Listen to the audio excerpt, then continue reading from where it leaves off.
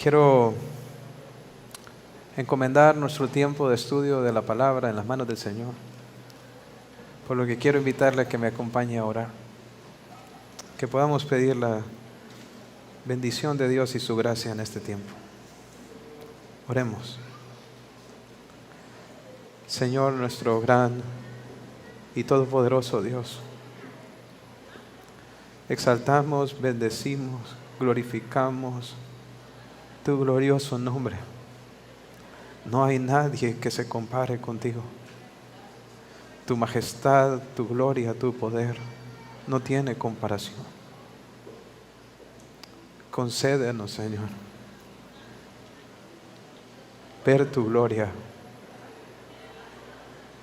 Abre nuestros ojos para que podamos ver las maravillas de tu palabra, para que podamos contemplar la hermosura de tu carácter. Padre, sé que para esta labor soy incapaz en mis propias fuerzas. Dependo de ti, Señor. Y ruego tu ayuda. Ayúdame para poder comunicar a tu pueblo tu verdad con fidelidad. Dame la gracia, Señor, para compartir tu palabra, Señor, de manera que pueda traer exhortación, consuelo, ánimo y fortaleza a esta tu iglesia, Señor. Bendice la vida de cada uno de mis hermanos y dales un corazón humilde y dispuesto para recibir tu palabra. Padre, quita todo estorbo, cualquier distracción. Perdona cualquier pecado, Señor.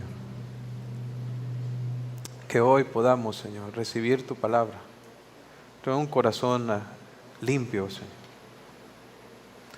Y que nos des la gracia para ponerla en práctica. En el nombre de Jesús. Amén. Amén. Hoy culminamos esta serie de 3 sermones que hicimos en anticipación a la inauguración de nuestro tercer servicio, el servicio vespertino. El día de hoy vamos a estar estudiando el Salmo 84, el Salmo 84. Y quiero pedirles que puedan buscarlo en sus Biblias, el Salmo 84.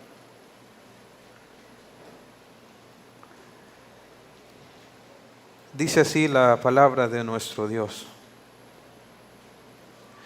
Al músico principal, sobre Gitit, salmo para los hijos de Coré. Cuán amables son tus moradas, oh Jehová de los ejércitos. Anhela mi alma y aún ardientemente desea los atrios de Jehová. Mi corazón y mi carne cantan al Dios vivo. Aún el gorrión halla casa y la golondrina nido para sí, donde ponga sus polluelos cerca de tus altares, oh Jehová de los ejércitos, Rey mío y Dios mío. Bienaventurados los que habitan en tu casa, perpetuamente te alabarán. Selah. Bienaventurado el hombre que tiene en ti sus fuerzas, en cuyo corazón están tus caminos. Atravesando el valle de lágrimas, lo cambian en fuente. Cuando la lluvia llena los estanques, irán de poder en poder, verán a Dios en Sión. Jehová, Dios de los ejércitos, oye mi oración. Escucha, oh Dios de Jacob. Selah. Mira, oh Dios, escudo nuestro, y pon los ojos en el rostro de tu ungido, porque mejor es un día en tus atrios que 1000 fuera de ellos. Escogería antes estar a la puerta de la casa de mi Dios que habitar en las moradas de maldad. Porque sol y escudo es Jehová Dios, gracia y gloria dará Jehová. No quitará el bien a los que andan en integridad. Jehová de los ejércitos, dichoso el hombre que en ti confía. El salmo que acabamos de leer, hermanos, expresa un profundo y ferviente deseo por parte del salmista por estar en la casa de Dios, en la casa de Dios. Las referencias a las moradas del Señor en el versículo 1, los atrios de Jehová en el versículo 2, los altares del Señor en el versículo 3, el ver a Dios en Sión en el versículo 7 y escoger estar en la puerta de la casa de mi Dios en el versículo 10, todo apunta al templo de Dios en Jerusalén. Esto es un anhelo ferviente, intenso que el salmista tiene por estar en la presencia de Dios, adorando en su templo en Jerusalén. Este templo al cual hace referencia este texto fue preparado por el rey David, pero construido por su hijo Salomón. La estructura principal era de aproximadamente 30 metros de largo por 10 metros de ancho por 15 metros de alto. Las paredes hechas de piedras finísimas de alta calidad, gruesas, cortadas específicamente para el lugar en que iban a ser ubicadas. Las vigas y las columnas eran de cedro, de Líbano. Previo a la estructura principal, que era el lugar santo, había un pórtico. La entrada al lugar santo tenía 2 columnas de bronce enormes.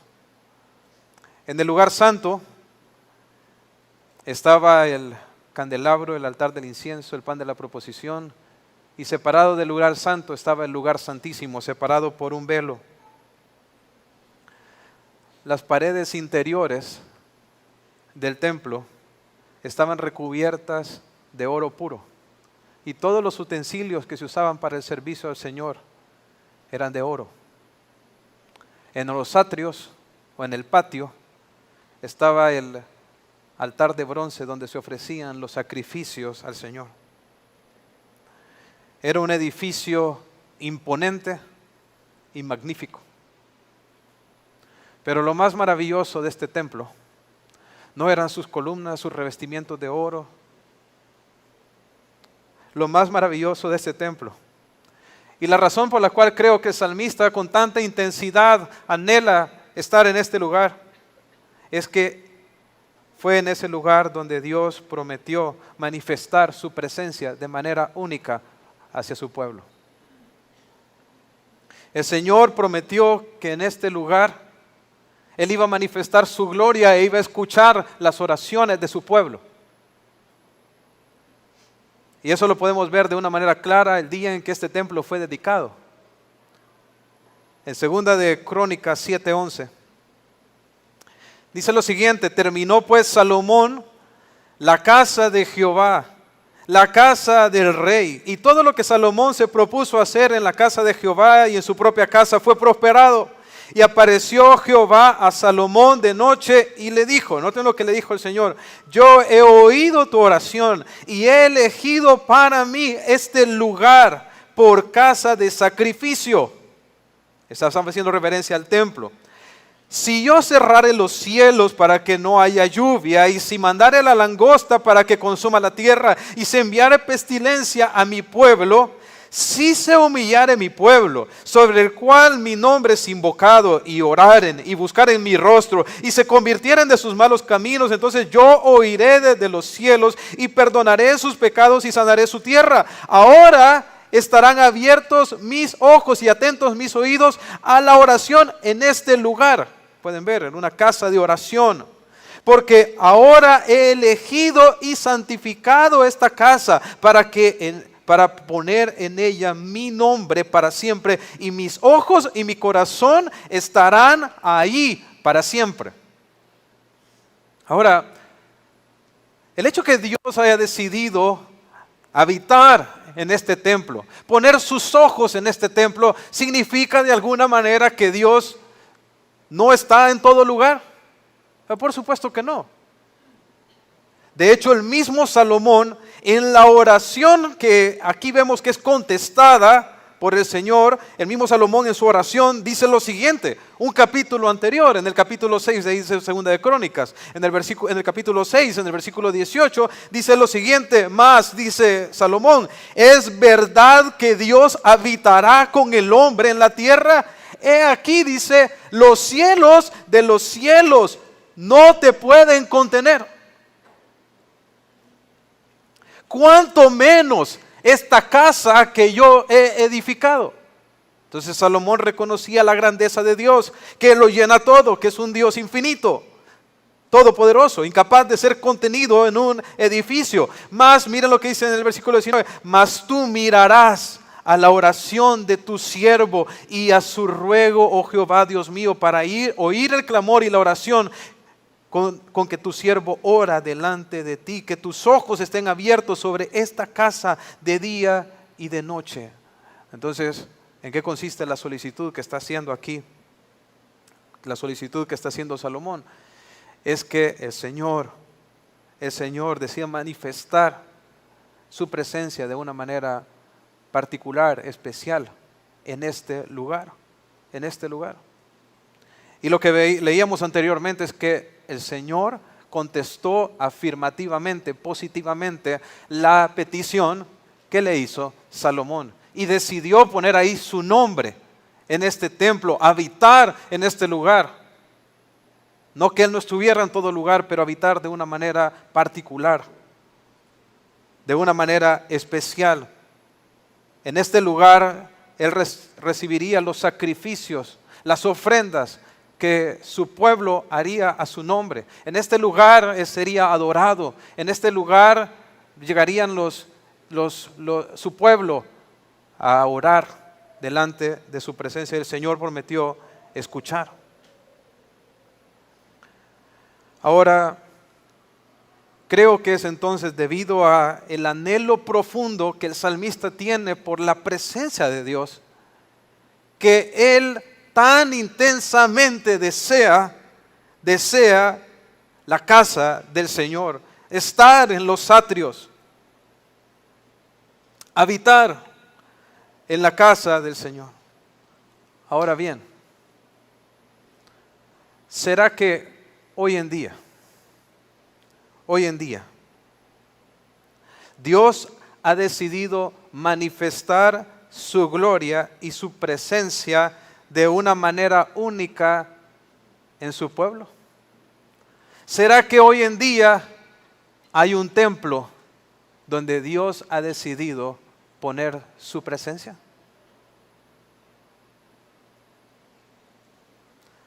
Pues la verdad es que sí.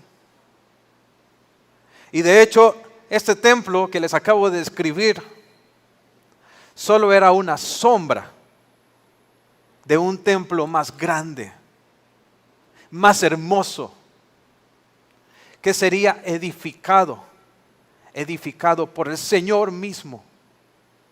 ¿Saben cómo se llama ese templo? Se llama la iglesia. La iglesia. Noten lo que dice 2 de Corintios 6:16. El apóstol Pablo dice, ¿y qué acuerdo hay entre el templo de Dios y los ídolos? Porque vosotros sois el templo del Dios viviente. Como Dios dijo, habitaré y andaré entre ellos y seré su Dios y ellos serán mi pueblo. Entonces el apóstol Pablo está haciendo referencia aquí a la iglesia del Señor. Dice que su iglesia no tiene ningún tipo de acuerdo con los ídolos. Porque vosotros, dice, sois el templo del Dios viviente. Y eso era el cumplimiento de una promesa que se había dado en el Antiguo Testamento, donde Dios había dicho que iba a habitar y andar entre ellos. Ahora, cuando decimos la iglesia, no estamos hablando de este edificio. No estamos hablando de estas 4 paredes. Estábamos hablando acerca de la congregación de los santos. Estamos hablando de el pueblo de Dios congregado para adorar su nombre. De eso estamos hablando. Podríamos reunirnos bajo una carpa y ahí estaría la iglesia. Entonces realmente no estamos haciendo referencia a un edificio físico. Si no estamos hablando, cuando hablamos de la iglesia, que somos el templo, esa es la congregación de los santos. Pero note que todas las referencias que se hacen aquí son en plural. Ustedes son el templo, no dice tú eres el templo, porque no somos cada uno de nosotros separados el templo, somos juntos el templo. Y equivocadamente,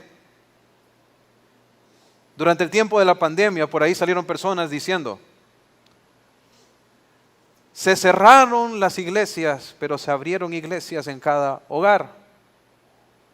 Hablando acerca de que todo el mundo miraba la iglesia por sus dispositivos, o escuchaban las enseñanzas y cantaban ahí, pero eso no es la iglesia.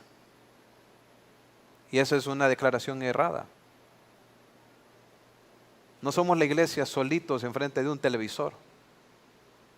Somos la iglesia cuando estamos juntos. Por eso la iglesia se congrega. Y ciertamente no nos congregamos todos, porque eso ocurrirá únicamente cuando estemos delante de la presencia del Cordero, la gran reunión eterna. Pero por ahora tenemos una anticipación, una prueba de lo que vamos a experimentar un día de manera plena en la presencia del Señor cuando nosotros nos reunimos como iglesia para adorar el nombre de Dios. ¿Saben por qué? Porque de la misma manera como Dios decidió poner su gloria y su presencia en este templo en Jerusalén, Dios ha puesto su gloria y su presencia en la iglesia, en su templo. Entonces, cuando nosotros vemos entonces este salmo a la luz de las realidades del nuevo pacto, entonces vemos la gran importancia que este salmo tiene para nosotros. Porque si este salmista anhelaba tan ardientemente y tan fervientemente la sombra, ¿cuánto deberíamos de anhelar nosotros el cumplimiento, la plenitud? Que ahora gozamos nosotros como creyentes que pertenecen al nuevo pacto. ¿Cuánto deberíamos de anhelar la congregación de los santos? ¿Cuánto deberíamos de anhelar nosotros venir y adorar juntos al Señor? Ahora, teniendo en cuenta eso, vamos a sumergirnos en el Salmo 84. El Salmo, como su nombre lo dice, es una canción. Es una canción, hermano. Es una canción escrita en lenguaje poético de adoración al Señor. Es por eso que vemos instrucciones musicales que se dan al inicio del Salmo. Dice que es al músico principal, o sea, al director de alabanza en el templo, sobre gitit. Gitit es un instrumento musical. Es un instrumento musical de cuerda. O sea que este salmo debía de ser acompañado con instrumentos de cuerda. Un gitit era muy parecido a una guitarra para nosotros. Salmo para los hijos de Coré, pero la mayoría de las traducciones lo ponen Salmo de los hijos de Coré, y creo que de pronto es una mejor traducción, porque este salmo fue escrito por ellos, los hijos de Coré, en particular los hijos de Asaf, que era también descendiente de Coré. Fueron asignados para la adoración en el templo de Dios. Ellos escribieron muchos de los salmos. Asaf o los hijos de Asaf. Ellos escribieron muchos salmos. Muchos de ellos eran profetas y plasmaban las profecías que el Señor les daba en cantos. Entonces, este es un salmo de los hijos de Coré, Ahora, en el Salmo encontramos 3 expresiones que son interludios o pausas que se hacen para fomentar la meditación y la reflexión. Esa palabra es Selah. Selah. Y encontramos 2, una al final del versículo 4 y otra al final del versículo 8. Y esos Selah prácticamente nos dan la estructura de este salmo y la estructura que vamos a seguir. En los primeros 4 versículos vemos la pasión, el amor que tiene el salmista por la casa del Señor. En la siguiente sección vemos la bendición de aquel que anhela y busca la casa del Señor. Y en la última parte vemos la oración de aquel que ama la casa del Señor. Vamos entonces a los primeros 4 versículos. La pasión por la casa del Señor. Dice el versículo 1, cuán amables son tus moradas, oh Jehová de los ejércitos. Anhela mi alma y aún ardientemente desea los atrios de Jehová. Mi corazón y mi carne cantan al Dios vivo. Noten cómo inicia el salmo diciendo, cuán amables son tus moradas. Pero, ¿a qué está haciendo referencia al decir cuán amables? No está hablando acerca de la virtud de la amabilidad, sino está hablando acerca de algo que es digno de amar. O sea, está diciendo cuánto amo o cuán digna de amar son tus moradas. Está hablando de algo que es preciado, que es valioso, que es deseable para Él. Cuánto amo tus moradas. Eso es lo que está diciendo. Ahora, ¿por qué usa el plural si es una sola morada? Porque en ocasiones se usaba el plural para hacer énfasis respecto a la grandeza y el valor de un lugar. Entonces, él está haciendo referencia al templo en Jerusalén, pero le dice tus moradas porque está mostrando la grandeza y la calidad, no tanto la cantidad de este lugar. ¿Y qué es lo que hace tan especial este lugar? Porque es tu morada, dice, es la morada de Dios, es donde Dios decidió manifestar su presencia de una manera especial y de una manera particular. Entonces, como este salmista ama a Dios, entonces él quiere estar en el lugar donde Dios está. Por eso lo ama tanto.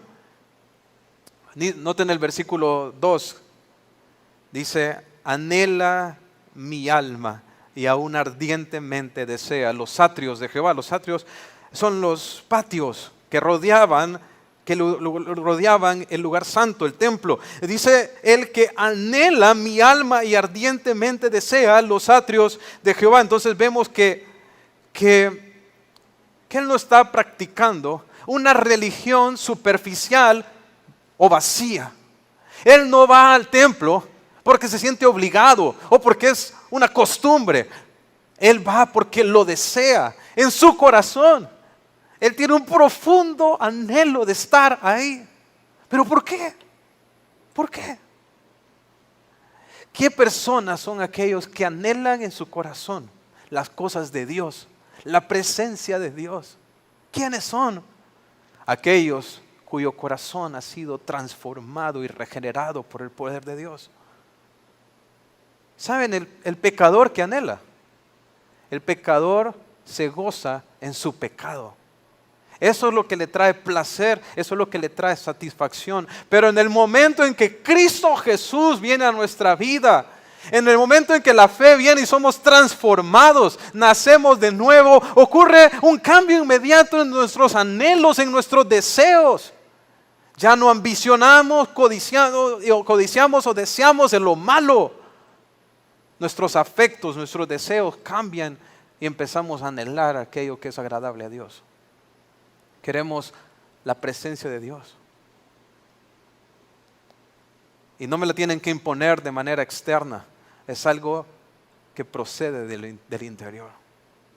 Noten cómo dice, mi alma anhela y ardientemente. Y ardiente muestra un deseo intenso. No es algo superficial, hermanos. No es algo superficial. Entonces, si para ti congregarte con el pueblo de Dios es algo que haces a la fuerza, obligado, es algo completamente vacío, una costumbre que te enseñaron desde niño, pues entonces no entiendes. Necesitas que tu corazón sea transformado. Necesitas que tu corazón sea regenerado. Vemos aquí esta realidad en el anhelo ferviente que el salmista tiene por la casa del Señor. Ahora bien, hermanos, pero no solamente su corazón. Dice en la siguiente parte del versículo 2, mi corazón y mi carne cantan al Dios vivo. ¿Qué es mi carne? Mi carne está haciendo referencia a su cuerpo. O sea, ¿qué es lo que canta a Jehová? No solamente es mi corazón, sino también son mis labios, es mi cuerpo, mi completo. Con mi cuerpo completo yo te alabo. Y por eso Él anhela tanto estar en la casa del Señor. Porque Él podría tener un intenso deseo por estar ahí en su casa. Pero Él quiere que su cuerpo esté donde su corazón está. Él quiere estar allá, porque su corazón está ahí. Y vemos que no podemos desligar lo que hacemos con nuestra vida de lo que está en nuestro interior. Es por eso que la genuina fe siempre se manifiesta, siempre se da a conocer. Santiago lo dice claramente, la fe sin obras es muerta. Si tú has nacido de nuevo, si tú has sido regenerado y tienes nuevos deseos, nuevos afectos, entonces los vas a llevar a cabo y eso se va a manifestar en tu manera de vivir, en la manera de conducirte. Eso lo dice claramente Romanos capítulo 12, versículo 1. Os ruego, dice el apóstol Pablo, por las misericordias de Dios, que presentéis vuestros cuerpos en sacrificio vivo, santo, agradable a Dios, que es su culto racional. Nosotros adoramos a Dios con todo. Con todo. Con nuestros labios, con nuestras alabanzas, pero también con nuestra conducta. Por eso queremos conducirnos en santidad y de una manera agradable a Dios en todo lo que nosotros hacemos, porque nosotros queremos adorarle con todo lo que nosotros somos. La evidencia de que una persona es un verdadero adorador es que eso se manifiesta en toda su manera de vivir. Dice, mi corazón y mi carne cantan al Dios vivo. Por eso hay una canción que cantamos de vez en cuando que dice, que mi vida cante a ti. Ahora, en el versículo 3, vemos aún más este deseo que tiene el salmista por esa cercanía con el Señor, con el Señor infinito, el soberano, el Jehová de los ejércitos. Dice en el versículo 3, aún el gorrión halla casa y la golondrina nido para sí, donde ponga sus polluelos cerca de tus altares, oh Jehová. Y es que el salmista tiene tanto anhelo, tanto deseo de estar en la casa del Señor que él recuerda o de pronto mira a los gorriones y mira a las golondrinas. ¿Qué son los gorriones y las golondrinas? Son los animales más comunes en esta región, al menos lo eran en ese tiempo. Como para nosotros serían que los zorzales, los anates, las palomas, serían para nosotros. Pero es que esta es la cosa, que estos animales, estos gorriones, esas golondrinas, son de los animales más comunes que hay. Sin embargo, esos animales ponen sus nidos ahí en el templo y hacen en el templo del Señor su morada. Y ahí crían a sus polluelos, ahí cerca de los altares, de los atrios del templo del Señor. Y Él anhela tanto habitar ahí en la presencia de Dios, que Él mira a los gorriones y los ve como privilegiados. ¿Qué privilegio tienen de estar ellos cerca de tus altares, como yo quisiera estar? Dice, cerca de tus altares. Oh Jehová, Dios de los ejércitos, dice, Rey mío y Dios mío. Y es interesante el contraste que vemos aquí en los atributos de Dios. ¿Y a qué me refiero con eso? Es que Él hace referencia al Señor como Jehová de los ejércitos. Jehová de los ejércitos es uno de los nombres de Dios que alude a su poder, a su majestad. Él es el Dios de los ejércitos celestiales. Él es el gobernador absoluto y el soberano sobre toda la creación. Habla acerca de la trascendencia, de la grandeza de Dios. Eso es lo que Jehová de los ejércitos significa.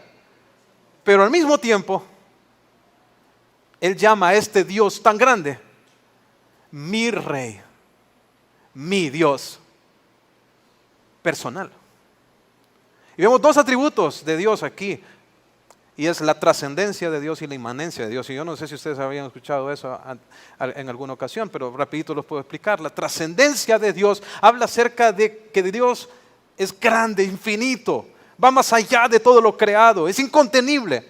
Pero por otro lado, la inmanencia habla de un Dios que es cercano, y es que así es Dios. Es un Dios omnipotente y sublime, y al mismo tiempo es un Dios personal, con el cual cada uno de nosotros puede tener una relación cercana. Por eso él dice, Jehová de los ejércitos, Rey mío y Dios mío, tú eres mi Rey, tú eres mi Dios,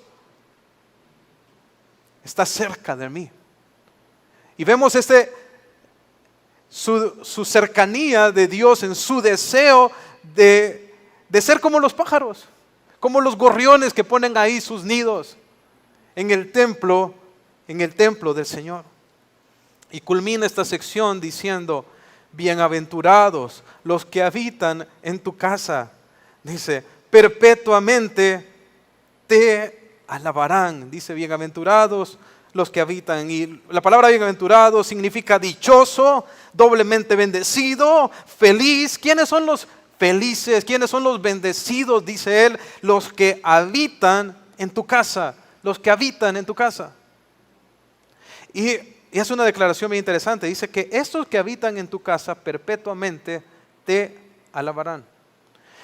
Y bueno, eso puede ser referencia a varias cosas. Puede ser que él esté haciendo referencia al privilegio que tenían aquellos que servían constantemente en el templo del Señor y literalmente habitaban en la casa. No que vivían literalmente, sino que tenían que estar ahí presentes llevando a cabo el servicio al Señor. Entonces, así como Él ve a los gorriones, ve a aquellos que están ahí dedicados al servicio al Señor, que están habitando ahí en la casa del Señor por causa de su servicio, y Él los mira como bienaventurados. Puede que Él considere esa bendición para sí mismo por causa de que los hijos de Coré eran porteros y estaban dedicados a la alabanza y en el templo. Entonces de pronto Él está viendo el privilegio, el valor del privilegio de poder estar ahí en la presencia de Dios. Ahora Él dice algo con respecto a los que habitan en la casa del Señor y dice que ellos perpetuamente te alabarán. Y es que, y esta es la cosa, hermanos, que cuando una persona ha sido transformada, ha sido regenerada por la gracia de Dios, anhela estar en la presencia de Dios, servirle a Él continuamente. Y eso es una evidencia de que esta persona perpetuamente alabará al Señor. Mira, si tú no tienes hoy deseo de estar entre el pueblo de Dios, de buscar al Señor, tú no serás de lo que va a estar allá perpetuamente alabando.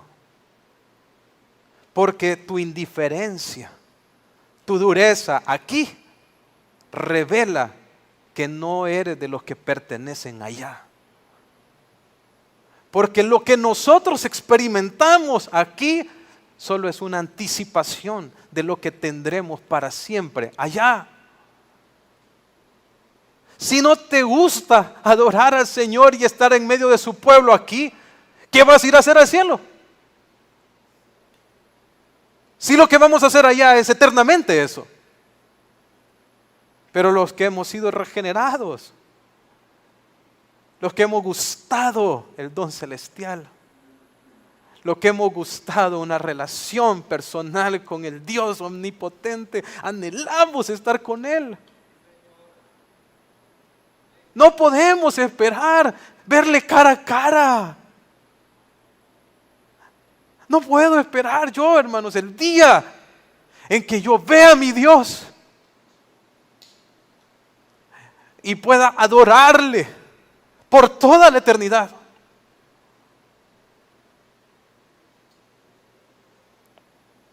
¿Tienes ese deseo acá? Pues si no lo tienes, de pronto es porque realmente no has nacido de nuevo. Y no te lo quiero decir para que te ofendas, sino para que vengas a Cristo. Ven a Cristo Jesús. Arrepiéntete de tus pecados. Ven a la agua viva, la cual Él te da gratuitamente. Ven a Cristo Jesús. Recibe el perdón de tus pecados. Sé salvo. Y deja que Él cambie tu corazón. Y despierte en Él nuevos deseos, nuevos anhelos. Ahora, del versículo 5 al versículo 8, el salmista habla acerca de las bendiciones que tienen aquellos que buscan la casa del Señor, y lo hace en un espíritu de oración. Dice en el versículo 5, bienaventurado el hombre que tiene en ti sus fuerzas, en cuyo corazón están tus caminos. Atravesando el valle de lágrimas, dice, lo cambian en fuente cuando la lluvia llena los estanques. Irán de poder en poder, verán a Dios en Sión, Jehová de los ejércitos. Oye mi oración, escucha, oh Dios de Jacob. Entonces, vemos aquí cuando dice, bienaventurado el hombre que tiene en ti sus fuerzas y en cuyo corazón están tus caminos. Otras traducciones dicen, en cuyo corazón están los caminos a Sión. Porque esta sección está haciendo referencia al peregrino, al que va camino a adorar a Jerusalén. Dice, atravesando el valle de lágrimas. Y de hecho, esa palabra lágrimas es de difícil traducción. Otras traducciones lo traducen como el valle de Baca, porque alude a un valle que era muy difícil de atravesar. O sea, de un territorio inhóspito, seco, árido, que había que atravesar para llegar a adorar a Jerusalén. Entonces está hablando aquí acerca de ese peregrino, de ese que va a adorar allá a la presencia de Dios, el que está buscando la casa del Señor, y está hablando acerca de la bendición que esa persona tiene. Miren, dice, bienaventurado el hombre que tiene en ti sus fuerzas. Y qué interesante que describe al que ama y busca la casa del Señor como alguien que tiene en el Señor su fuerza. Tiene en el Señor su fuerza. Y es que, solo para que se den una idea de lo que implicaba adorar a Dios en el templo, los israelitas tenían que viajar 3 veces al año a Jerusalén, para la fiesta de la Pascua, la fiesta de las trompetas y la fiesta de los tabernáculos. 3 fiestas. Las fiestas tenían una duración algo extendida. Y dependiendo la distancia que uno estuviera de Jerusalén, iba a ser más largo el tiempo de viaje. Por lo que, así como en promedio uno tenía que planificarse al menos un mes para ir a cada fiesta. Solo la fiesta de la Pascua, por ejemplo, era seguida de la fiesta de los panes sin levaduras, y luego venía la fiesta de las semanas, que era 50 días después. O sea que había que estar al menos 50 días, más de un mes. De hecho, lo vemos en el ministerio de la vida del Señor Jesucristo, ¿verdad? Cómo Jerusalén estaba llena el día de la fiesta de las semanas, que era el día de Pentecostés, el día en que vino el Espíritu Santo. Había gente de todos los diferentes lugares del mundo, peregrinos que habían llegado a Jerusalén. Entonces, llegar a Jerusalén a adorar implicaba una gran cantidad de esfuerzo y de planificación, porque tenías que dejar a tu tierra, y no solamente eras tú, era toda tu familia. Al menos un mes, 3 veces al año. Ahora, el que hacía esto, el que daba este paso, ¿qué demostraba? A través de su vida, a través del ejercicio de ir a adorar a Jerusalén, en el templo del Señor, que tenía en el Señor su fuerza, porque solo en el poder de Dios iban a poder hacerlo. Hermanos, voy a ilustrarlo con con la oración. Cuando una persona no ora, ¿qué demuestra? ¿En quién tiene sus fuerzas? En él mismo, porque no se ve necesitado de Dios, entonces por eso no ora. Entonces vive de una manera independiente, cree que se las puede por sus propias fuerzas. Pero el que tiene en el Señor sus fuerzas, ¿qué hace? Ora. Ora. Ahora bien, ¿qué demuestra el que no se congrega?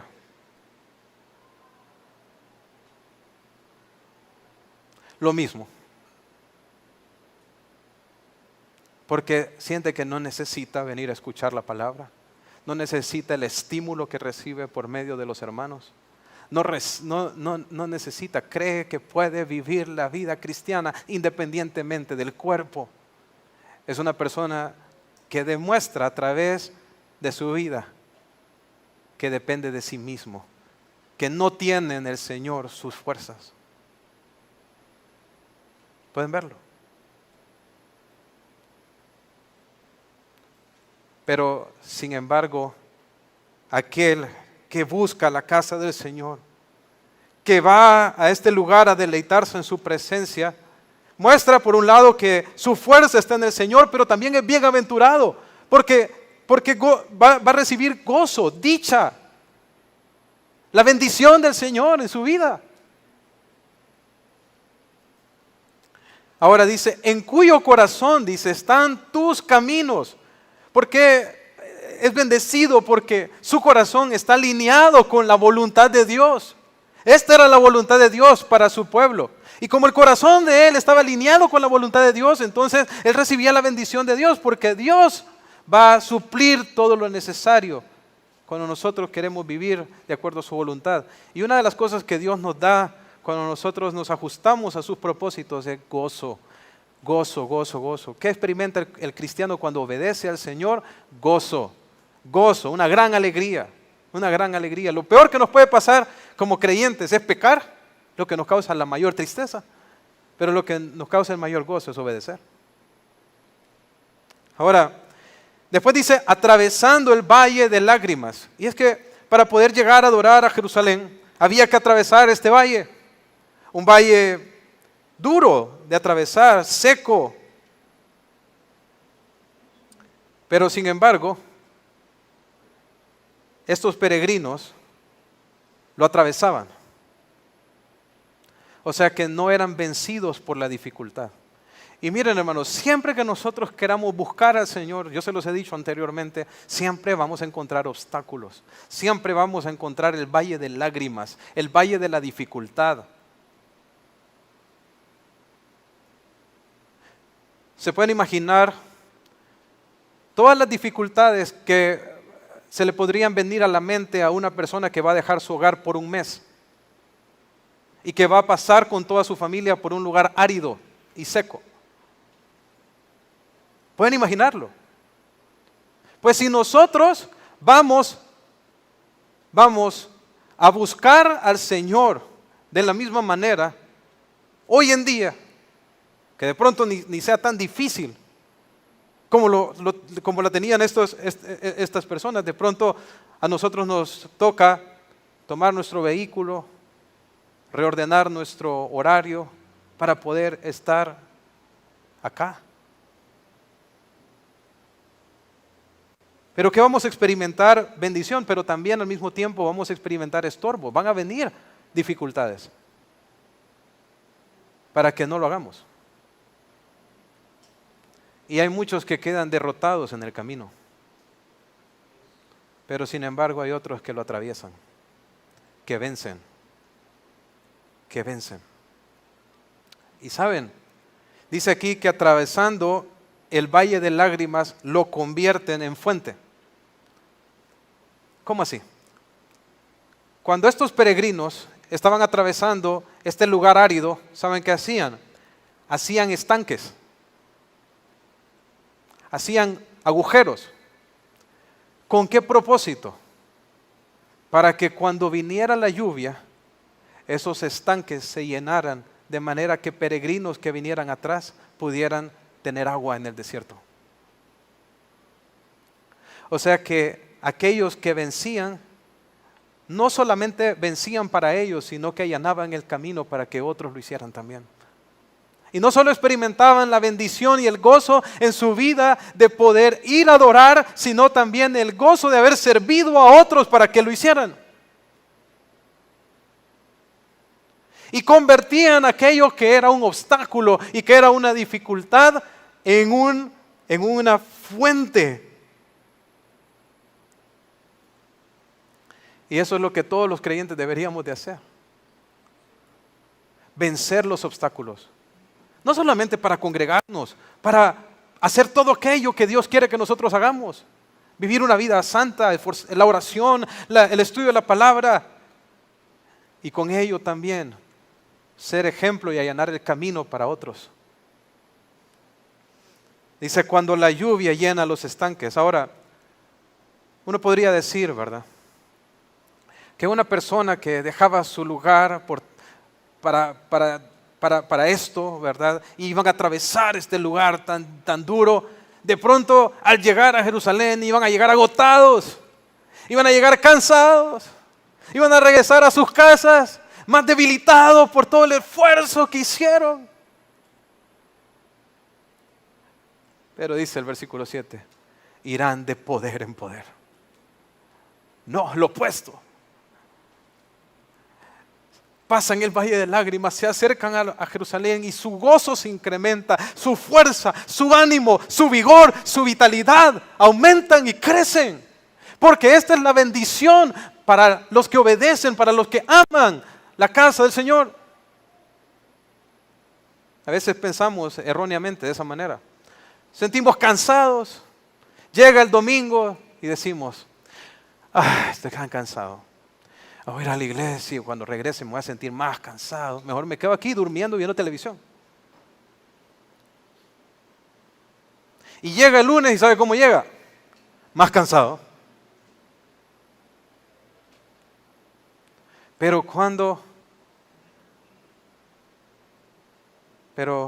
no pasa, hermanos, que más bien ocurre lo opuesto, que puede que vengamos cansados acá. Recibimos la palabra, el estímulo de nuestros hermanos y salimos con más energía, animados, fortalecidos, con mayor vitalidad en nuestra vida espiritual. Irán, dice, de poder en poder. Verán a Dios en Sión. Verán a Dios en Sión. Y no sé si se recuerda de Job, que dijo, después de su prueba y de haber podido experimentar al Señor de una manera más profunda, en su vida dijo, de oídas te había oído, pero ahora mis ojos te ven. Y él hablaba acerca de ver al Señor como no en el sentido físico, sino de poder contemplar al Señor, de poder entrar en una relación más profunda con Él por causa del conocimiento que tengo de Él.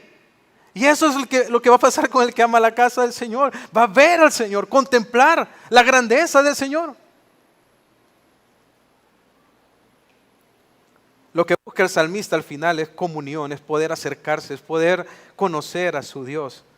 Concluye esta sección diciendo, Jehová de los ejércitos, oye mi oración, escucha, oh Dios de Jacob. Y él sabe que el templo es una casa de oración. El Señor prometió escuchar a aquellos que clamaran en ese lugar. Por eso gran parte de lo que debemos hacer como iglesia también es orar. Y él clama y dice, escucha, oh Dios de Jacob. Y es interesante que anteriormente cuando se ha hecho referencia a Dios, dice Jehová de los ejércitos, Rey mío, Dios mío, pero aquí usa el nombre de Dios en alusión a que era el Dios de Jacob. Y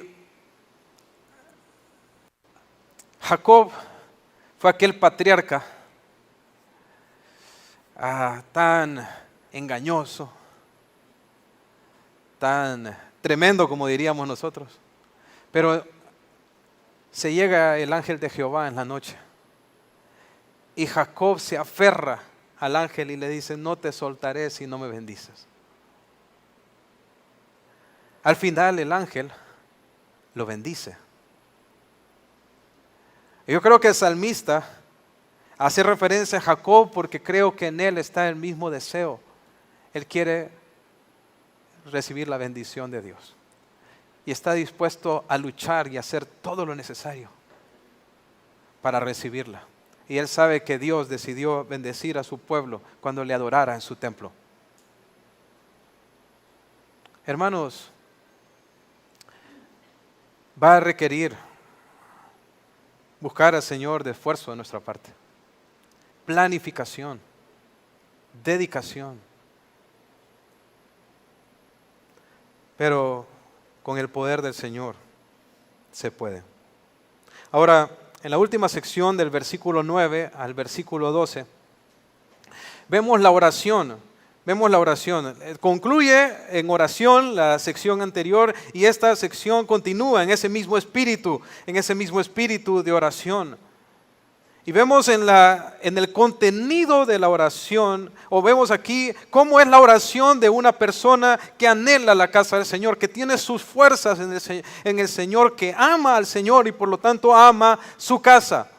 Aquí vemos las características de su oración, dice en el 9, mira, oh Dios, escudo nuestro, y pon los ojos en el rostro de tu ungido, porque mejor es un día en tus atrios, dice, que 1000 fuera de ellos. Escogería antes estar a la puerta de la casa de mi Dios que habitar en las moradas de maldad, porque sol y escudo es Jehová Dios, gracia y gloria dará Jehová, no quitará el bien de los que andan en integridad, Jehová de los ejércitos, dichoso el hombre que en ti confía. Y una de las cosas que vemos en esta oración es cómo el salmista exalta el carácter de Dios. Él dice, Dios, escudo nuestro. Porque sol y escudo es Jehová de los ejércitos. Y al final dice, Jehová de los ejércitos, dichoso el hombre que en ti confía. Entonces vemos que sus ojos están puestos en el Señor. Él sabe que Él es débil. Él sabe que no hay manera de que Él pueda llegar a su casa, a la casa del Señor y adorarle sin la protección, sin la provisión de Dios. Al decir que el Señor es escudo, Él está diciendo, el Señor es mi protección. Si voy a tomar a toda mi familia para ir a adorar al Señor, ciertamente tengo que confiar que el Señor es mi escudo, mi protección. Y si voy a recibir la fuerza que necesito, yo necesito su gracia. Entonces vemos una exaltación del carácter de Dios relacionada con la necesidad de Él.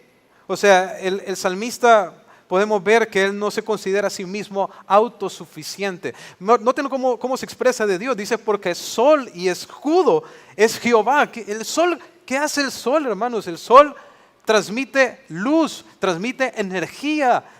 Eso es lo que le da vida a todo. Él sabe que la única manera en que él pueda ir a la presencia de Dios, adorar al Señor, es si el Señor mismo primero le da la fuerza. Él es como el sol. Es quien me llena de vida, quien me da la vitalidad, el vigor. Ahora, pero miren su solicitud. Dice, pon los ojos en el rostro de tu ungido.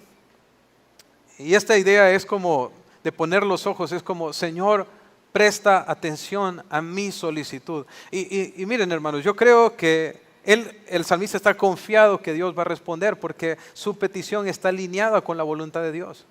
Pero él pide del Señor que ponga sus ojos en él, ponga sus ojos en el rostro de tu ungido, o sea, que el Señor le preste atención a su vida, que lo fortalezca, que lo bendiga. Eso es lo que está solicitando él al Señor. Y dice ungido porque tanto los que trabajaban en el ministerio del Señor ahí, los sacerdotes, los levitas, los cantores, todos tenían que ser ungidos. También el rey de Israel era ungido. Ahora, pero esta palabra ungido es la palabra Mesías. Y cuando pensamos en la palabra Mesías, ¿qué se nos viene a la mente? No es nuestro Señor Jesucristo. Y es interesante porque este el salmista está rogando la bendición de Dios para él poder adorar en la casa de su Dios. Pero es para ejercer el ministerio que Dios le había dado como siervo de Dios. O sea que no solamente era para él, estaba relacionado con ser de bendición para otros. Y creo que en cierta medida ejemplifica el ministerio del Señor Jesucristo, porque Jesucristo, Él es el ungido de Dios, el siervo perfecto de Jehová, sobre el cual los ojos de Jehová están puestos y por medio del cual nosotros hemos recibido el perdón de pecados y acceso con confianza a la misma presencia de Dios. Con la muerte del Señor, aquel velo que separaba el lugar santo y el lugar santísimo se rompió, y nosotros ahora que pertenecemos al nuevo pacto ya no tenemos por qué estar en los atrios. Ya no hay restricciones para entrar a la misma presencia de Dios, porque nuestro gran sumo sacerdote, el ungido de Jehová, nuestro Señor Jesucristo, ha abierto entrada para que podamos estar ahí. Ahora dice, porque noten también en su oración, el salmista expresa cuál es aquello que le causa deleite a su corazón. Claramente, desde el inicio sabemos que anhela la casa del Señor. Ahora, pero miren aquí las palabras como en que lo pone aquí en el versículo 10, dice, porque mejor es un día en tus atrios que 1000 fuera de ellos. O sea, cuando él compara estar en los patios de la casa del Señor, estar en la presencia del Señor, eso es más valioso para él que los días que podría tener haciendo cualquier otra actividad o estando en cualquier otro lugar. A veces nosotros juzgamos el valor de las cosas por lo que duran. Pero aquí el salmista no juzga el valor de algo por la duración, sino que lo juzga en base a la riqueza del contenido, de su contenido. ¿Por qué es más deleitoso estar ahí que estar en otro lugar? Porque ahí está en la presencia de Dios. Ahora, ciertamente va a haber un día en que las dos cosas las vamos a experimentar de manera conjunta. Un día vamos a estar delante de la presencia de Dios gozando de lo mejor que puede haber y que nunca pare. Entonces, dice él, porque mejor es un día en tus atrios que 1000 fuera de ellos. Y pregunto, hermanos, ¿así nos sentimos nosotros en la iglesia? Con el cuerpo de los redimidos. Dice, escogería, antes estar a la puerta de la casa de mi Dios, en el lugar más lejano, allá como portero, de pronto llevando a cabo la labor menos importante. Yo escogería estar allá en las puertas que habitar, dice, en moradas de maldad. En moradas de maldad. Y muestra la decisión del salmista, muestra la decisión que él ha tomado por seguir al Señor y darle la espalda al pecado. Y para mí es esta parte bien interesante, porque especialmente si consideramos que lo escribieron los hijos de Coré, los descendientes de Coré. ¿Ustedes recuerdan quién es Coré? Coré fue aquel descendiente de Leví que se rebeló contra Moisés en el desierto, y que por lo tanto vino Dios y les dijo a los israelitas que se apartaran de las tiendas de Coré, tanto de él como de su familia, que se apartaran de las tiendas porque Dios iba a abrir la tierra y iban a descender vivos al Seol. ¿Y qué hicieron los israelitas? Se apartaron de las tiendas de Coré y la tierra se abrió y se los tragó a todos vivos. Pero luego más adelante en la escritura nos damos cuenta que no todos los hijos de Coré murieron. Porque hubieron algunos de ellos que se alejaron de las tiendas de su padre. Hubieron algunos de ellos que decidieron no seguir a su padre en su pecado y en su rebelión, y cuyo compromiso estaba con el Señor. Y por eso no fueron tragados en la tierra. No solamente no fueron tragados, sino que como descendían de Leví, también se les dio el privilegio de servir en el templo de Dios. Y Asaf, que escribe muchos de los salmos y era director de alabanza, es uno de los descendientes de Coré.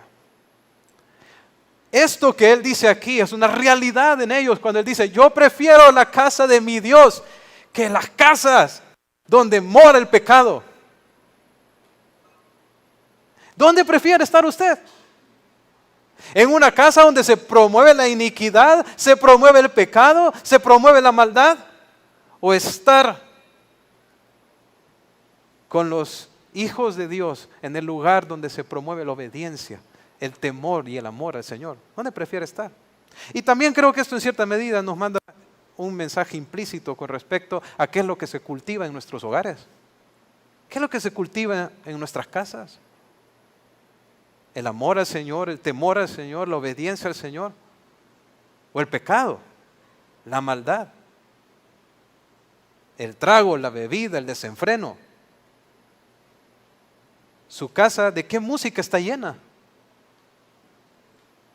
¿Qué es lo que se lee? ¿Qué es lo que se mira? Dice, yo prefiero, dice, la casa de mi Dios que la morada de maldad. El 11, porque sol y escudo es Jehová Dios. Gracia y gloria dará Jehová. El Señor es nuestra protección, Él es nuestra fuerza. Él va a dar gracia, va a dar gloria, nos va a dar lo necesario para que nosotros podamos hacer su voluntad. Dice, no quitará ningún bien. Y voy a utilizar otra traducción que creo que nos ayuda más. En la Nueva Biblia de las Américas dice, nada bueno niega a los que andan en integridad. Hermanos, una solicitud como la que está haciendo aquí este salmista, el Señor no se la va a negar, y no nos la va a negar a nosotros. Si nosotros le pedimos al Señor que queremos ser más santos, que queremos buscarle más, queremos congregarnos, queremos estudiar su palabra, queremos vivir en su presencia. A los que andan en integridad, el Señor no les niega ningún bien. También dice en Santiago, ustedes piden pero no reciben porque piden mal, porque piden para gastar en sus deleites. Somos como niños que pedimos confites los 3 tiempos, muchas veces, por eso no recibimos. Ahora el 12 dice, Jehová de los ejércitos, dichoso el hombre que en ti confía. Hermanos, ¿qué muestra o qué evidencia en la vida de uno que uno confía en el Señor cuando uno ama la casa del Señor? Y el salmista dice, cuánta bendición es el que en ti confía.